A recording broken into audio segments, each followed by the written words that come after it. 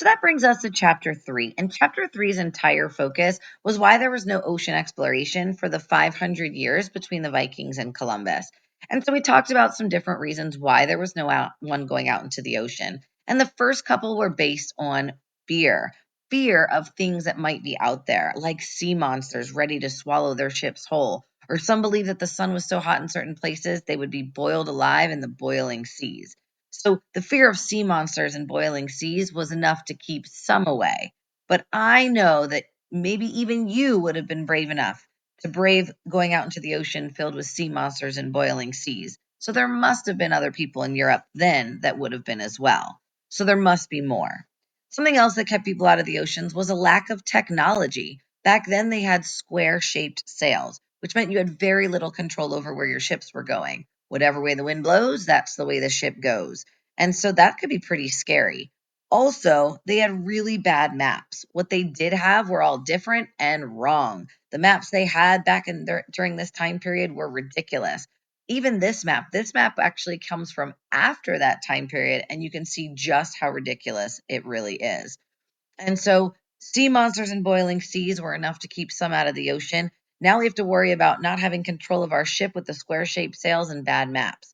But maybe you would have been brave enough to deal with the sea monsters and the boiling seas and having little control over your ship and having no idea where you're going.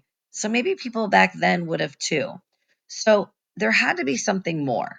And that came with simply not being able to. If you wanted to go out in the oceans, you needed money for a ship and a crew and supplies to go out into the open ocean. And the people that had enough money to ask for that were the kings and the queens.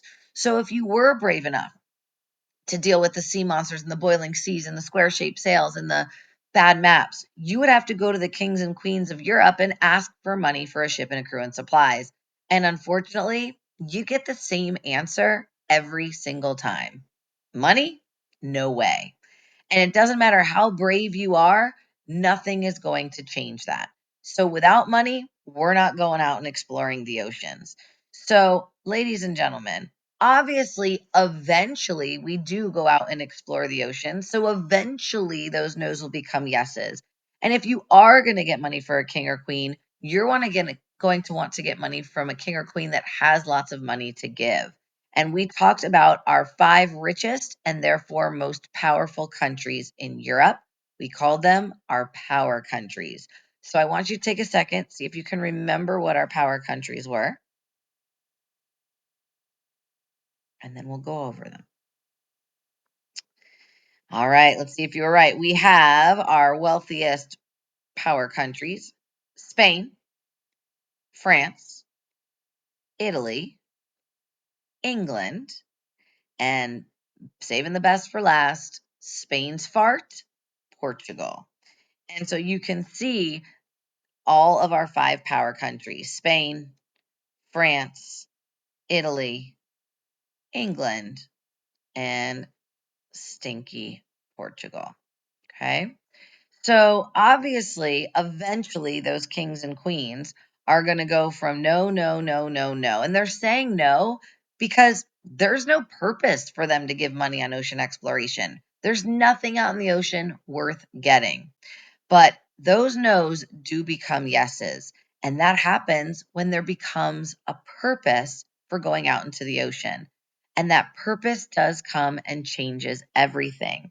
If you remember, for hundreds of years, the kings and queens were using this pathway, the Silk Road, to get to these amazing riches of the Indies. And they did this for hundreds of years until a war broke out along that Silk Road, along that pathway. And that meant that the kings and queens could no longer get their riches by going by land anymore. Well, the kings and queens still want their riches. So if they can't go by land, you do have another option. You can go by water. And so now there's a reason for the kings and queens to spend money on ocean exploration. Now, when someone brave enough asks for money for a ship and a crew and supplies, they're no longer getting no. They're now told yes. And so people are going out into the oceans for the very first time, and the age of exploration has begun. And that will be chapter 4.